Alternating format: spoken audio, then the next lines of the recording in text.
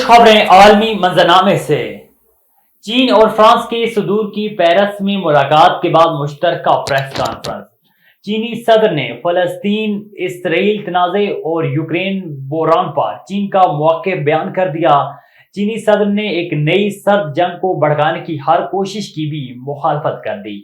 मजीद तफसीलात बीजिंग से शाहिद अफराज खान की इस रिपोर्ट में।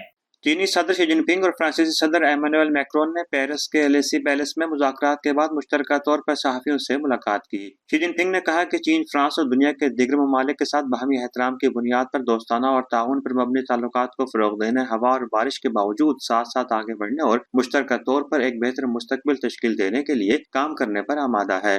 मुज़ाकरात के दौरान फ़रीक़ैन ने 4 अहम अमूर पर इत्तफ़ाक़ किया कि दो तरफ़ा ताल्लुकात के स्ट्रेटेजिक इस्तेहकाम को मज़बूत बनाया जाएगा, बाहमी मफादात पर मबनी ताउन के वसी इम्कानात से फ़ायदा उठाया जाएगा, अफरादी और सकाफ़ती तबादलों को तेज़ किया जाएगा और आलमी ताउन पर मज़ीद इत्तफ़ाक़ राय पैदा करने की कोशिश की जाएगी। शी जिनपिंग ने कहा कि अक़वाम मुत्तहिदा की सलामती कौंसिल के मुस्तकिल रुकन और एक बड़े ज़िम्मेदार मुल्क की हैसियत से चीन फ्रांस के साथ पेरिस ओलंपिक्स के दौरान आलमी जंगबंदी की वकालत करने के लिए तैयार है। फ़लस्तीन इसराइल तनाज़े के हवाले से उन्होंने कहा कि फ़रीक़ैन गज़ा में फ़ौरी, जामे और पायदार जंगबंदी का मुतालबा करते हैं, फ़लस्तीन की अक़वाम मुत्तहिदा की मुकम्मल रुकनियत की हिमायत करते हैं और मशरिक़ वस्ता में देरपा अमन के हुसूल की हिमायत करते हैं। यूक्रेन बहरान के हवाले से उन्होंने कहा कि दोनों ममालिक यूक्रेन बहरान को दूसरों पर इल्ज़ाम लगाने, तीसरे ममालिक को बदनाम करने और नई सर्द जंग को भड़काने के लिए इस्तेमाल करने की हर कोशिश की मुखालफत करते हैं।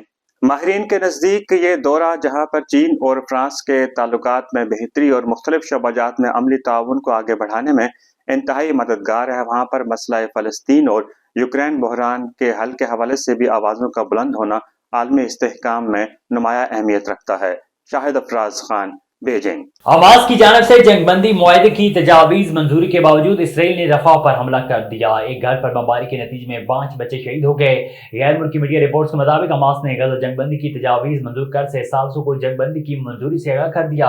हमास ने मिस्री और कतरी सालसकारों को जंगबंदी की तजवीज़ के साथ अपने मुआहदे से भी नेतन्याहू ने हमास की तजावीज़ मुस्तरद करते हुए कहा है कि हमास की मंजूर करदा तजावीज़ इसराइल के मुतालबात से दूर है, लेकिन इसराइली हुकूमत मुज़ाकरात के लिए एक वफ़द भेजेगी। साथ ही जंगी काबीने ने फैसला किया है कि रफा पर कार्रवाई जारी रखेंगे। मोदी सरकार जहां एक तरफ दुनिया की सबसे बड़ी मईशत होने का दावा कर रही है, वहीं भारत बेरोजगारी के बायस शदीद अदम इस्तेहकाम का शिकार है।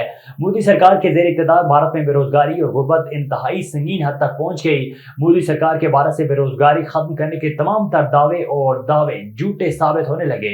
इंडिया एम्प्लॉयमेंट रिपोर्ट के मुताबिक भारत की बेरोजगार अवाम का 83% हिस्सा नौजवानों का है। बेरोजगारी और मोदी सरकार की बेसी से तंग आकर भारतीय नौजवान गैर रस्मी नौकरियां करने पर मजबूर हैं।